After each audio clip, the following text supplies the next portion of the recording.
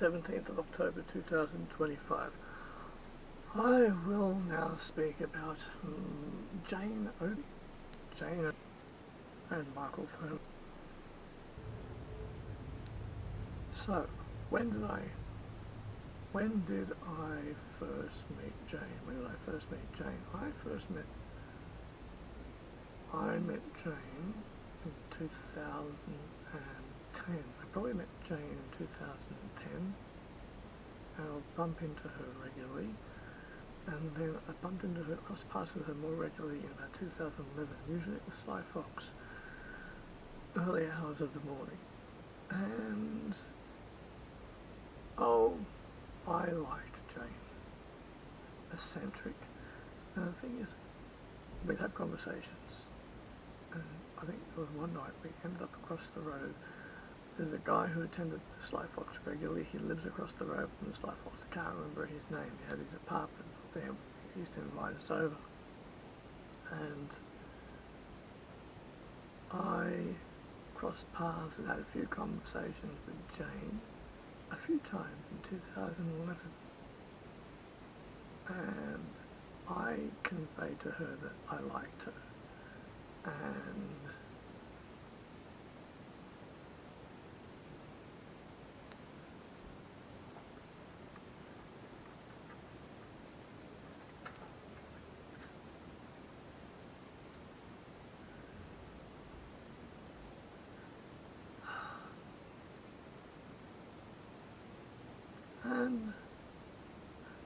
it was really me. Like, I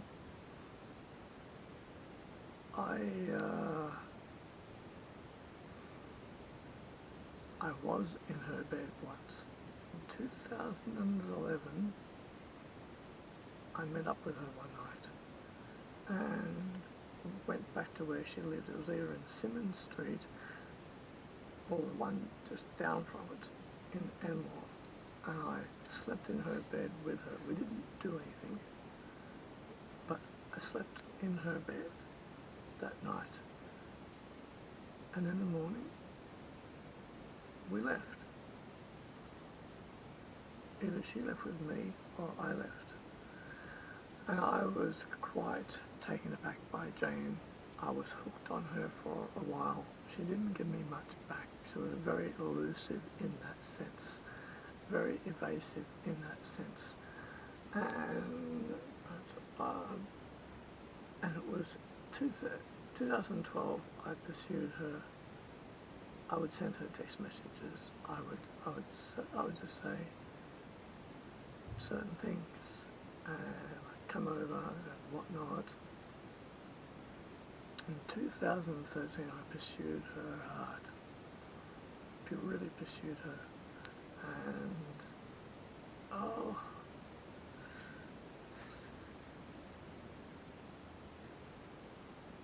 I said, let's meet. So I said, let's meet. And it got to the day. And I was at the Ancient Britain in Glebe. I got to the Ancient Britain in Glebe. We meant to meet meters, and she got there about 45 minutes late. And she said to me, she said, oh, I didn't know if I really wanted to. She said, I didn't know if I, it was a bit miserable. She said, oh, I thought, yes, I'm going to meet you here at this time, but I don't know, I just didn't. I was like, oh yeah, sure, I'll go, and that's what I'm here now, but. And then I do remember what it was. We conversed that night, and I went home feeling sad, and she was a trivia night, and a Motley Crue question came up, and so she messaged me saying, hey, I need a heavy metal guy here, I need you here. Gullible me got dressed up in my Motley Crue attire, got over to this pub in Surrey Hills, thinking it would just be me and her. She was there with 6 other friends, I instantly felt awkward. I said, "Hey, Jane." She was like, "Oh, hi." I said, "I'm here." She said, "Oh, where were you an hour ago?" I'm like, "Well, I had to get ready and I got a bus here." She's like, "I asked a Motley Crue question and you needed to." And I'm like, in retrospect, I should have completely passed on that. And then so I harboured on that for a while, and I eventually I would bump into Jane from time to time, but in no way did she pursue me or take a lot of interest. I need to add in that when I would see her at the Sly Fox, she would give me the long hug. Jane would give me long hugs outside, to Michael's disdain, and he was quite unhappy about this. Good old Michael. Jane would be giving me a long hug, and I'm there, but she's hugging me, and I'm like, "Hey Michael, yeah, she's hugging me." A long hug, and he's like this.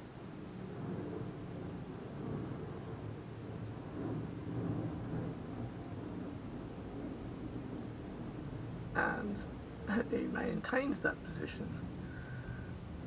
And my old buddy Michael, he'd be mortified if actually they live just around the corner from me. They both I know that he recognises me. I don't know if Jane ever has. I walked past her once in semi-metal attire, and she was like, "Huh." And there's been 2 opportunities where I could have said hello, have decided not to. She's quite sad these days. She's a bit miserable. She's quite sad. I'm so fortunate and grateful that I did not go down that avenue. I'm really happy about that, because even if she had it wouldn't have lasted. Michael would have interfered greatly and would have got very aggressive to the point where at first I wouldn't have taken much notice of his interfering, but then I think 6 weeks into it I would have simply have said, "I'm done, Michael, you can have her." I think what's happened somewhere around 2014, Michael has said, "You're my girl, that's it." And she's like, "Oh, okay." And so I was never going to be with her. Very grateful about that. They live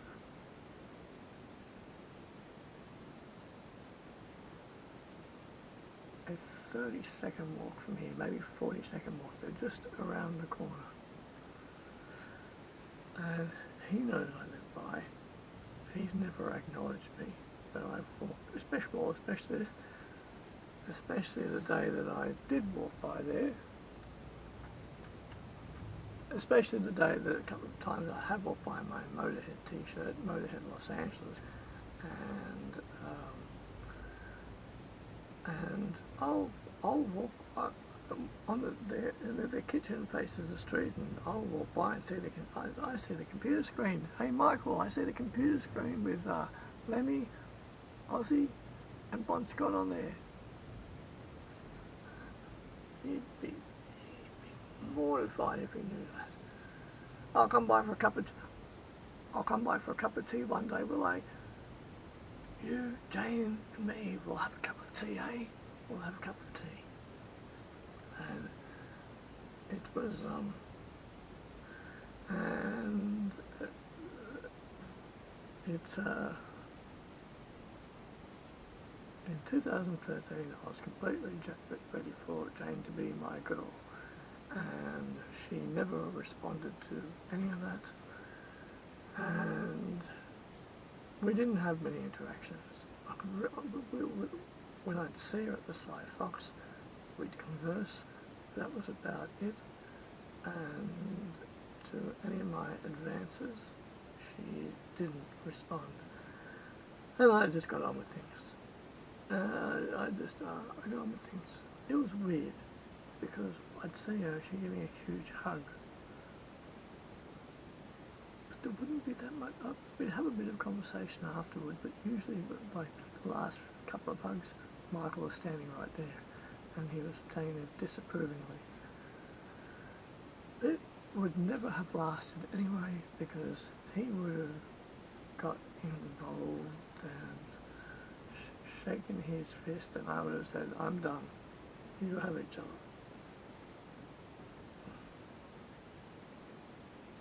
Glad I didn't get involved. At the time I had other things on my mind.